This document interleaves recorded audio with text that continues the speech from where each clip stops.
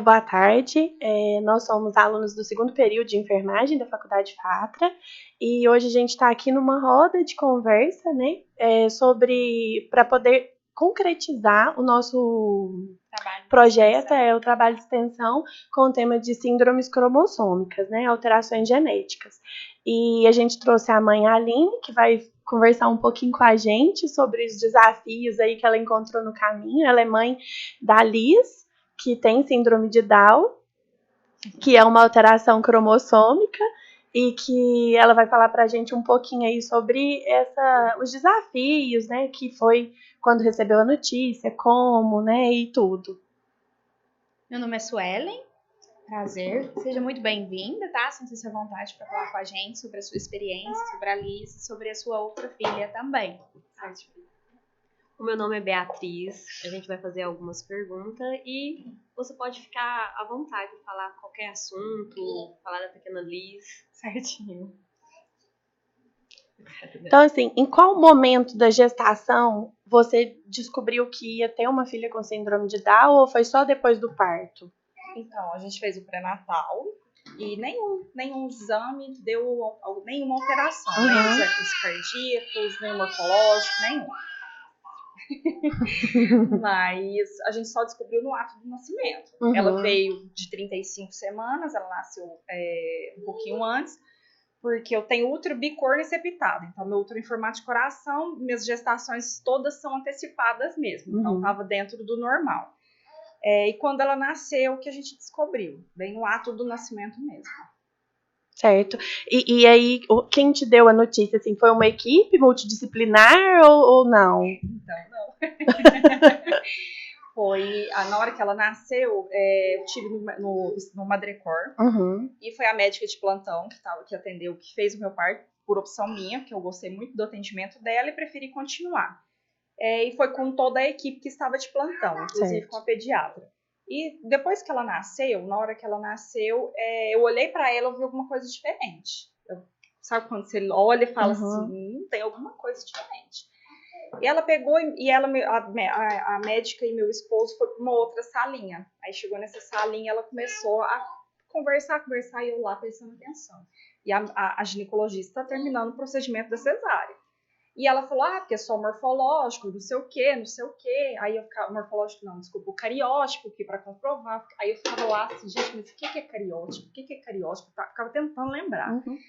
E aí, beleza. Só que nesse momento, meu esposo fala que lá, ela perguntou, vocês fizeram pré-natal? Ele, sim. Vocês fizeram todos os exames do pré-natal? Aí ele virou pra ela e falou, você quer me falar que ela tem síndrome de Down? Porque tá estampado na cara dela. Aí ela falou, sim. Vocês fizeram pré-natal? Aí ele falou, sim, não deu.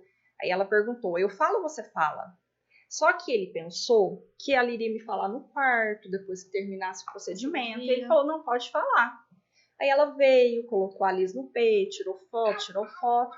Aí com a Liz no meu peito, ela ainda falou, olha, mãezinha, a Liz, ela tem excesso de pele no pescoço, a orelha implantada mais embaixo, os olhos amendoados, o septo nasal menor, ela tem todas as características de síndrome de Down. No parto. Na mesa de cirurgia. Na mesa de cirurgia. Eu ainda estava sendo costurada. Qual foi o seu sentimento em saber ali, naquele momento? Naquele momento, me deu um certo desespero. Não é que deu desespero, me deu ânsia de vômito. Na hora me deu ânsia de vômito, porque eu já estava um pouco antes com essa ânsia de vômito. E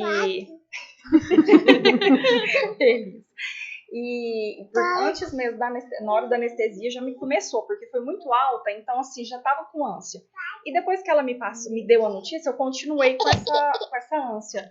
Aí ela tirou ela, foi terminar os outros exames e eu fiquei na mesa, né? Aí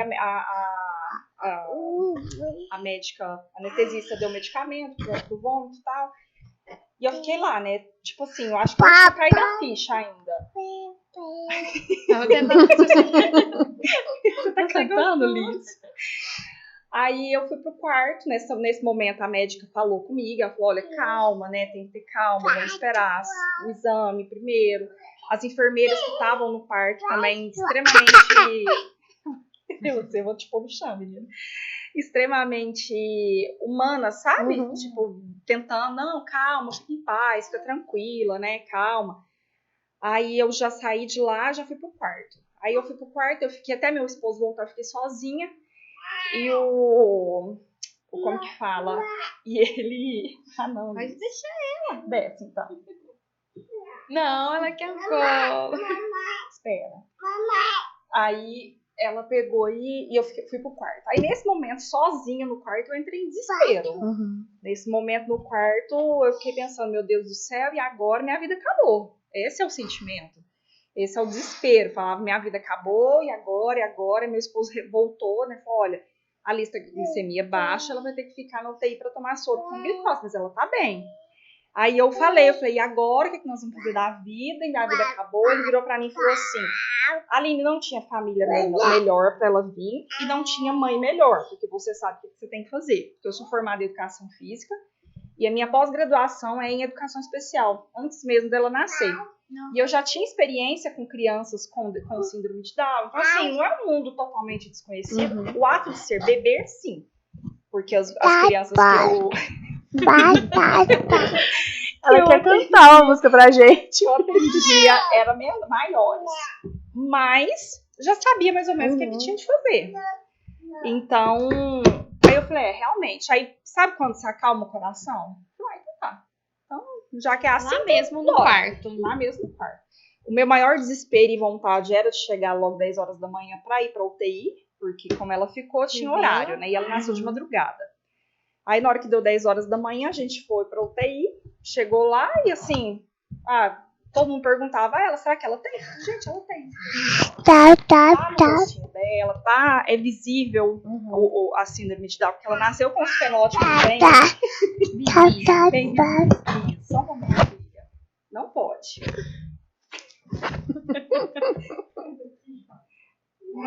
Não. Peraí, deixa eu resolver só um problema.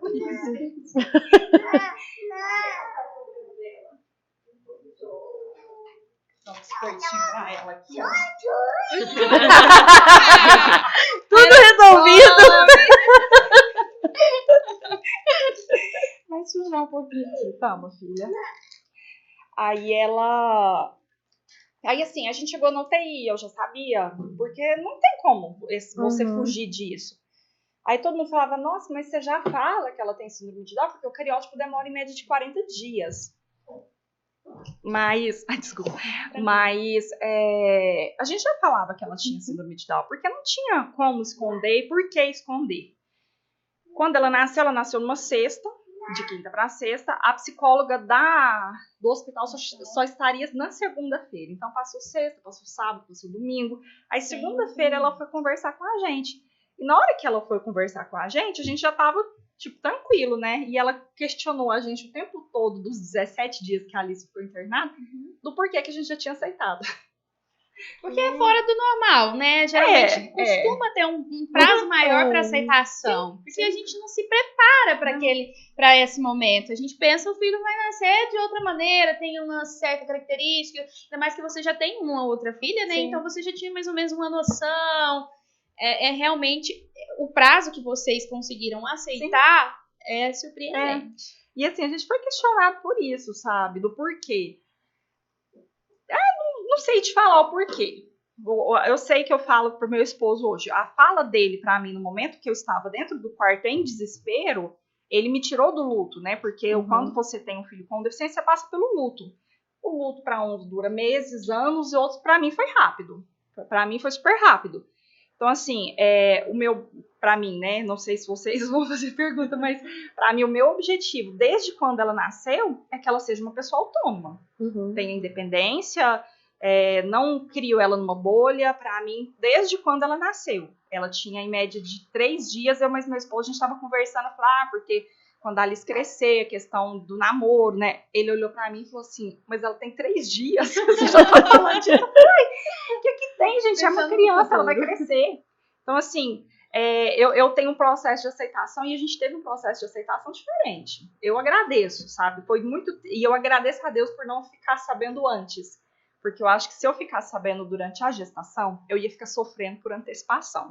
Porque eu sei das questões, toda a questão cardiológica que poderia vir a afetar. Então, assim, ficou sabendo no ato do parto, foi difícil, foi triste, mas pelo menos a minha gravidez foi uma gravidez tranquila.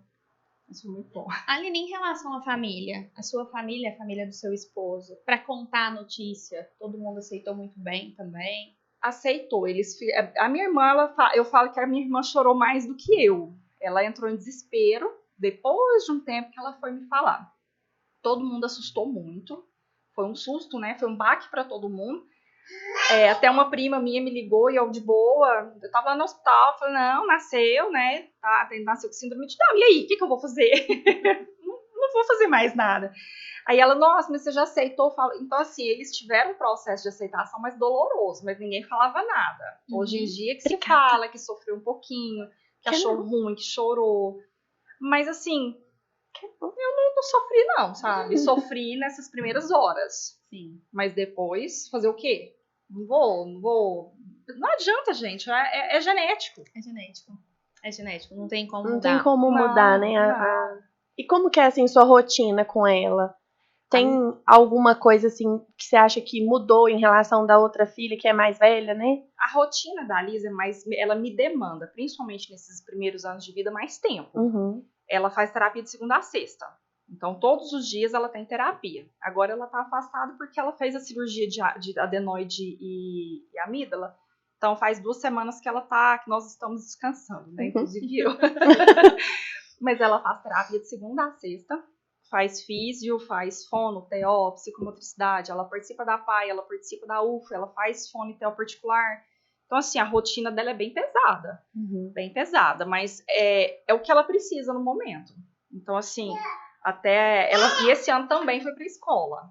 Esse ano ela foi para a escola. Foi muito bom ver o desenvolvimento da criança. Eu falo que a escola é o melhor mal necessário, o maior mal necessário que uma criança precisa. Ela foi para a escola em fevereiro, mas ela tomou antibiótico em março, abril e maio.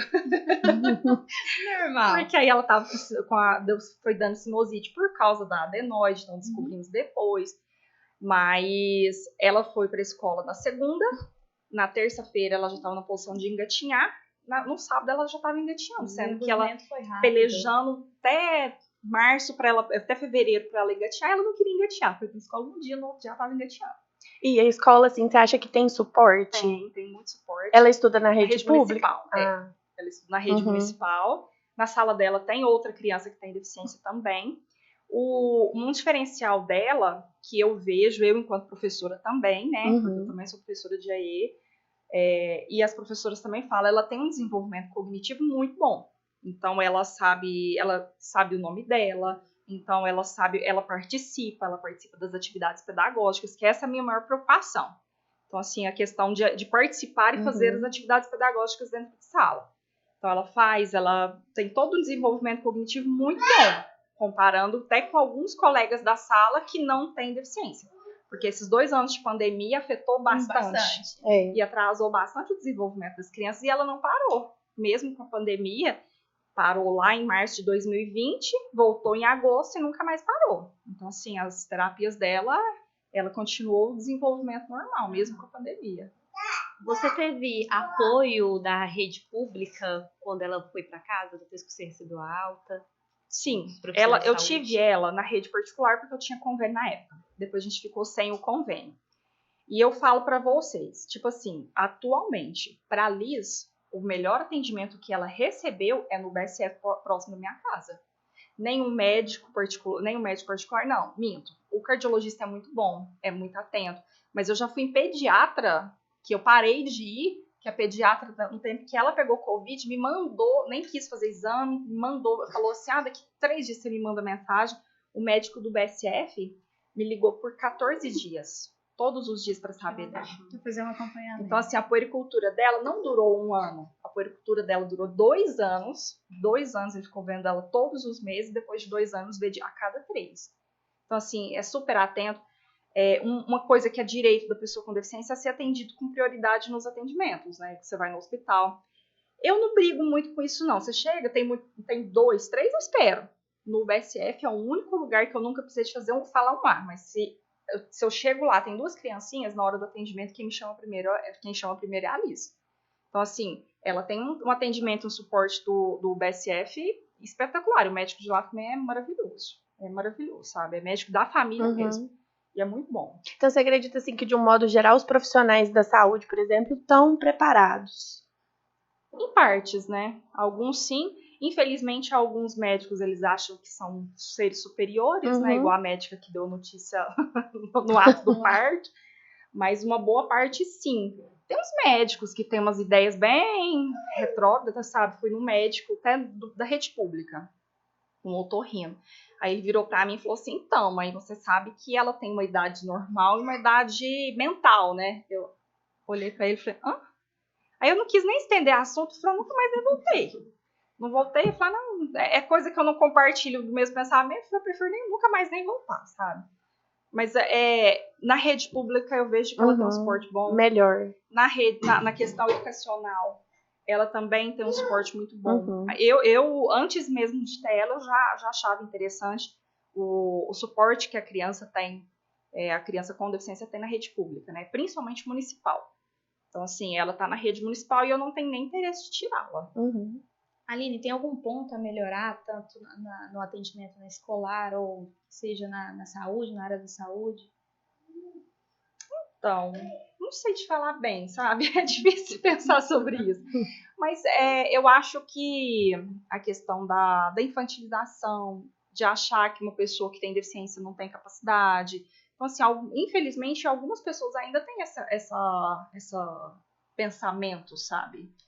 Então, assim, então, eu acho que isso seria um ponto a melhorar.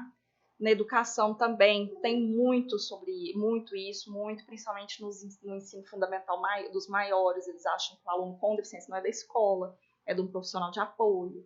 Então, assim, tem todo um contexto, sabe, mas não é uma pessoa, é uma sociedade, né? É uma sociedade inteira trabalhando. E tem gente que luta para isso, tem gente que luta contra isso. Tem pais que têm esse tipo de pensamento também, pais de pessoas com deficiência em si, que acham que vai colocar a criança numa bolha e ali ela vai crescer. E não pode ser assim. Porque desde quando a criança vem para o mundo, você tem que pensar que a criança ela tem que crescer e desenvolver, porque você não é eterno. No dia que você morrer, o que vai ser da sua criança? Da sua criança não, do seu filho, que não vai ter criança mais. Mas do seu filho, né? Então, você não pode criar ele como um peso para alguém, como uma responsabilidade de alguém. Lá quando a Alice estava ainda na UTI, a doutora Lourdinha, que é a cardiologista, ela foi lá e ela falou assim, ela olhou ela e falou assim, você tem outro filho? Ou vocês pretendem ter outros filhos? Eu falei, não, a gente tem uma mais velha. Ela porque se você não tivesse, eu iria falar para você ter, porque você não é eterna, nem seu esposo. Aí eu falei, não, mas a gente já tinha conversado isso uns dias antes, né? Mas desde então, a gente tenta em casa, né, eu, meu esposo, família em si, mas criá-la, tanto a Esther quanto a Alice, sendo parceira uma da outra. Sim. Porque no dia que eu não tiver, eu não quero que ela seja um peso para a Esther. Eu quero que a Esther seja um suporte para ela. Então, por isso que ela faz terapia de segunda a sexta, essa peleja toda agora nessa primeira fase da vida dela, porque uma hora isso vai melhorar, uma hora isso vai acabar também. Porque tudo passa, né? E na hora que ela estiver mais independente, que ela não precise de ser um peso para a Esther. Porque no dia que eu e meu esposo não tiver mais, ela tenha independência, que ela siga a vida dela, que ela case. Eu não vejo porquê de não ter, né? Porque ela só tem uma alteração cromossômica. Ela só tem um atraso no desenvolvimento cognitivo. Só. É uma vida normal. Só isso. E como é a relação da Esther com a Alice? É a parceria. Elas são realmente são parceiras. Pelo menos ainda são. Se você briga com a Esther, a Alice chora. Se você briga com a Lisa, a Esther chora também. Não gosta que dando uma com a outra. Atualmente, essa aqui só gosta de dormir se estiver encostada na Esther. Tem que estar dormindo do lado dela. Aí na hora que ela dorme, eu coloco ela no berço. Mas agora as duas é bem grudadas uma com a outra, sabe? Então, assim, espero que continue assim, né? Vocês pretendem ter mais? Não mesmo. Eu sempre quis 2 filhos e meu esposo também. Aí a Alice veio, ele fez vasectomia o ano passado. Por opção nossa mesmo, né? Mas não só pela deficiência, mas sim porque a gente só queria 2, né? Que filho a gente demanda muito tempo e dinheiro, né? Então, e a Liz demandando mais tempo ainda. Então, assim, o intuito da gente fazer, na verdade, era para disponibilizar para os futuros profissionais, né, de saúde, com a ideia de gerar, assim, uma empatia na hora de passar a notícia, né, de gerar, assim, a questão da humanização que a gente tanto ouve falar, mas que a gente não vê tanto na prática, né, da questão de receber, de acolher a família, né, porque muitas vezes descobre ali durante a gestação, que eu penso que deve gerar ali, talvez, dependendo da forma como é dada a notícia, deve gerar um pânico na família, né, por um período maior, porque você descobrir no início da gestação, é igual você falou, gera um sofrimento, porque você fica pensando em todas as possíveis coisas que podem vir a acontecer, e a nossa ideia era essa, assim, a gente quer que você deixe um recado, assim, para os pais, para as mães, para as futuras mães, né, e para os profissionais de saúde também, para que eles tenham mais empatia, mais humanização de verdade, né, na hora de falar, de passar a notícia, e mesmo na hora, assim, de receber, né, no serviço de saúde, ou mesmo no serviço de educação, né. Eu acho interessante essa questão da humanização.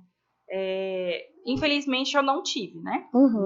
A minha notícia foi bem curta, grossa, na hora mais inapropriada que tem. Mas, assim, conversando com outras mães, a gente vê também que a questão das crianças, a da síndrome de Down, muitas vezes a maioria descobre no parto. Então, assim, não é a maioria que descobre antes. Então, a maioria descobre no parto. Então, assim, já teve mães que já me relatou, né? A gente conversando sobre essa questão do hospital em si, né? Da equipe, esperar a mãe criar aquele primeiro vínculo com a criança, aí depois ir abordando aos poucos para não assustar, né? Então, assim, eu acho essa abordagem mais interessante, mais importante, porque para mim poderia ter sido assim, né, o fim da picada, poderia ter desabado o mundo e eu não consegui sair daquele luto tão cedo, mas talvez o meu diferencial foi que eu já conhecia a deficiência. Não foi. E aí tem a importância de uma equipe também, né? De psicólogo, para poder abordar a família, né? Não só igual ela fez, né? E assim, essa questão deveria ser. Até no dia que a gente conversou, eu falei, nosso médico deveria participar, né, desses projetos. Foi. Infelizmente, alguns eles entram pro curso e acham que eles são seres supremos. Graças a Deus, não é a maioria. Mas os que tá aí fazendo isso faz um estrago na vida das pessoas. E assim, a gente tem que ter a empatia com o outro, independente do que da de situação, laudo de situação. A gente tem que ter empatia. Uma mulher que ganha neném, ela tá frágil, né? Os hormônios tá tudo à flor da pele. Aí, então assim, sensível.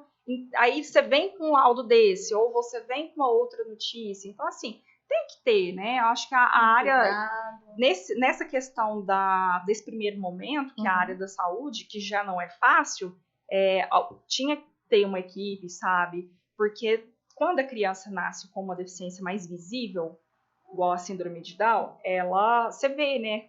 A Liz, ela tinha um fenótipo muito, muito marcado. Então, assim, não tinha como você fugir, a gente ia ver. Mas, então, assim, nasceu, viu que tinha, então, assim, gente, vamos ver, que hora que vai ser a melhor hora para conversar? Em alguns hospitais acontece isso, outros não. E é engraçado que partos no hospital municipal, normalmente eles esperam. No hospital municipal eles têm uma humanização melhor. E eu tive na rede particular 0 empatia, né? Então, assim, esse acolhimento mesmo. Não é fácil. Não, é porque eu queria ter. Não é fácil. Ninguém quer ter um filho com deficiência, ninguém quer ter uma doença, mas já que nasceu, vai ter deficiência, então tá bom. Então vamos, como se diz, né, bola pra frente, vamos pensar na autonomia dessa pessoa, vamos pensar não colocá-la numa bolha, achando que, ai, coitadinha. Eu sou professora. Quando eu retornei para minha escola, que eu contei para os meus alunos, na hora a aluna virou para mim, ai, coitadinha. Nossa, que lá me doeu. Foi uma das coisas que me doeu. Eu cheguei na sala e falei, olha, gente, vocês me conhecem. Minha filha nasceu, ela tem uma deficiência, ela nasceu com síndrome de Down, é um acidente genético que acontece na hora da concepção. Aí os meninos, aí eu falei, e outra coisa, eles olham assim, né? Falei, outra coisa, eu não sou coitadinha, ela não é coitadinha. Então, jamais falem isso pra mim, ou dela, que eu não gosto de ouvir isso, não. Pelo amor de Deus, não fala isso, não. Já deixou claro os limites? Já, porque não sou coitada e nem ela. A minha demanda é diferente. Ponto. Pra mim, ela é uma criança como qualquer outra, que demanda tempo, só isso. E o que meu desejo para ela, tanto para os outros, tanto para os meus alunos do EE, é que eles tenham independência, que eles tenham autonomia, que sejam indivíduos adultos capazes de ir e vir sem nenhum impedimento. Mas isso vem lá do início, né? As terapias e tudo mais, que não é fácil, mas esse deveria ser o objetivo de todos os pais também. Não colocá-los numa bolha e achar que ali... Ó, bagunça, você é menina. Achar que não vai crescer, que vão crescer. Então, assim, é um tema, eu acho, engraçado de falar, porque você me comentou que algumas pessoas têm dificuldade. Eu não tenho dificuldade de falar, porque eu aceito a deficiência dela. Não é as terapias, ela tem a deficiência e ela vai continuar tendo. Ela faz as terapias para ter autonomia. Para mim, é só essa diferencial. Nós fizemos o convite para outros pais e eles não quiseram vir. Então, é de grande coragem você vir e falar, expor e incentivar, né, que eles sejam autônomos. Isso é muito importante, porque realmente precisa de um acompanhamento, precisa incentivar que eles cresçam, que eles desenvolvam. O tratamento precisa ser feito, precisa ser falado no assunto. Há um certo tabu em cima da síndrome de Down e a pessoa acha que ela não tem condição, ela vai ficar sempre uma criança, e não é. Você veio aqui mostrar que pode chegar além, bem mais. Temos casos, né, já de pessoas com síndrome de Down que são médicos, são modelos, e estão aí à frente do seu tempo, mostrando que são capazes como todos os outros. Então é muito importante o que você veio fazer hoje aqui com a gente. Quebrar essa barreira aí, né, que existe do preconceito, né? Sim. Os olhares da sociedade que são bem preconceituosos com a síndrome de Down, não só com a síndrome, mas outras deficiências também. Mas eu vou te falar essa questão da sociedade. Eu já ouvi, um dia eu tava num lugar, a menina falou, nossa, larga de ser mongol, parece que tem síndrome de Down. Nossa. Aí, tipo assim, doeu, mas eu falei, nossa, que me besta, não sabe nem o que tá falando, né?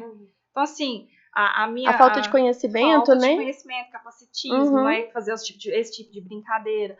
A minha mais velha, a gente já faz, ela já questiona, mas e se ela não tiver o braço, como que ela faz? Eu falo, ela vai viver como qualquer outra pessoa, ela vai aprender a fazer tudo com os pés. E assim, e a gente já vai ensinando, já vai conversando para não ter esse tipo de pensamento. A minha sobrinha, quando ela nasceu, ela era pequenininha, ela tinha um mês e pouquinho. Ela falou assim para uma outra priminha, ela tem uma doencinha. Ela não entendia. Na época ela tinha 9 anos. Ela tem uma doencinha que lá doeu, sabe?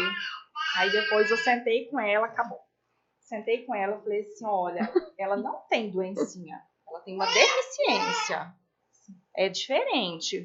Doença é algo que a pessoa toma um medicamento, ela melhora. Ela tem uma deficiência que vai ficar com ela pro resto da vida. Aí eu expliquei pra ela, falei, todo mundo que te perguntar, você fala, sua prima tem deficiência. Ela também não é síndrome de Down, ela tem, né? Eu falo muito desse termo, que ela tem a deficiência. E ela vai ter o resto da vida dela.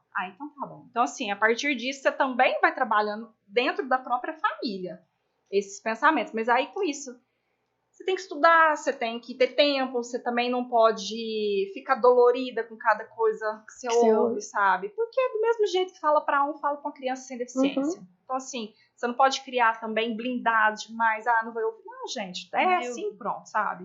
Então vamos conversar, vamos ser abertos, vamos falar. Mas é um dia após o outro, né? Tudo é um dia após o outro. Pra mim, muita gente acha, nossa, é pesado, né? Eu falo, não é.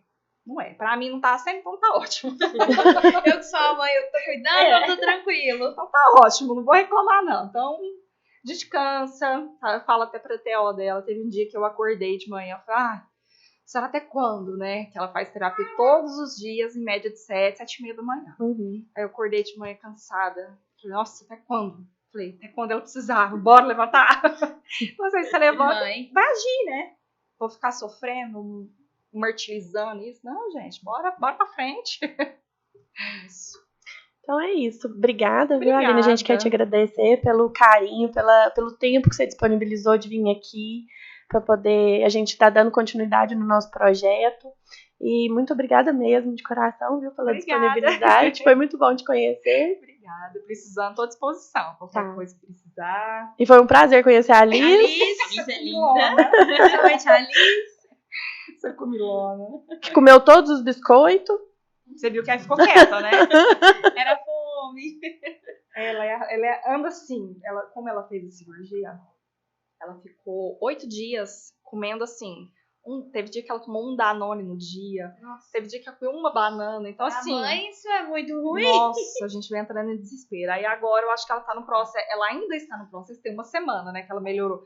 De ganhar tudo que perdeu, né? Então, assim, ela tá comendo agora. Falei pro meu esposo, falei, vamos esperar ela voltar um pouquinho o peso. Voltar um pouquinho o peso. E depois já começar a regrar de novo, porque a pessoa que tem síndrome de Down, eles não sabem o limite. Então você que tem que ensinar, porque senão vira compulsão alimentar, né? Aí a gente, falei pra ele, não, vamos segurar, viu? Porque do jeito que tá, né? Come. Quero bom de apetite. Obrigada. Me oferecendo ainda. Come eu e come você. Aline, muito obrigada.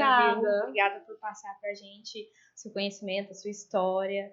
Por apresentar a Alice pra gente. Muito obrigada pelo seu tempo aqui com a gente. Obrigada.